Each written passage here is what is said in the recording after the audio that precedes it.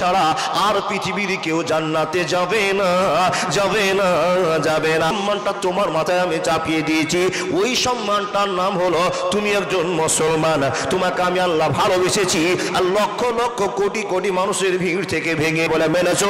তোমাদেরকে আমি বলছি কু আনফুসাকুম ওয়া আহলিকুম নাকাতিহি ওয়া লা তামুতুন্না ইল্লা ওয়া আনতুম মুসলিমুন, ইল্লা ওয়া মুসলিমকে পরামর্শ দিয়ে আলোর পথের সন্ধান দিলাম। তোমরা যদি পথ গ্রহণ না করেন, এত ওয়াজ, এত নসিহত, এত বক্তব্য, এত ভালোবাসার কথা বলার পরও আমাদের দেখি কিছুদিন তোমাদের দুনিয়াতে ছেড়ে দিয়ে দুনিয়াতে পিটন খাইয়ে দিয়ে তোমাদেরকে আবার সোজা করব। এটা আমার কাজ। এটা কার কাজ? আল্লাহ বলছেন আমার কাজ।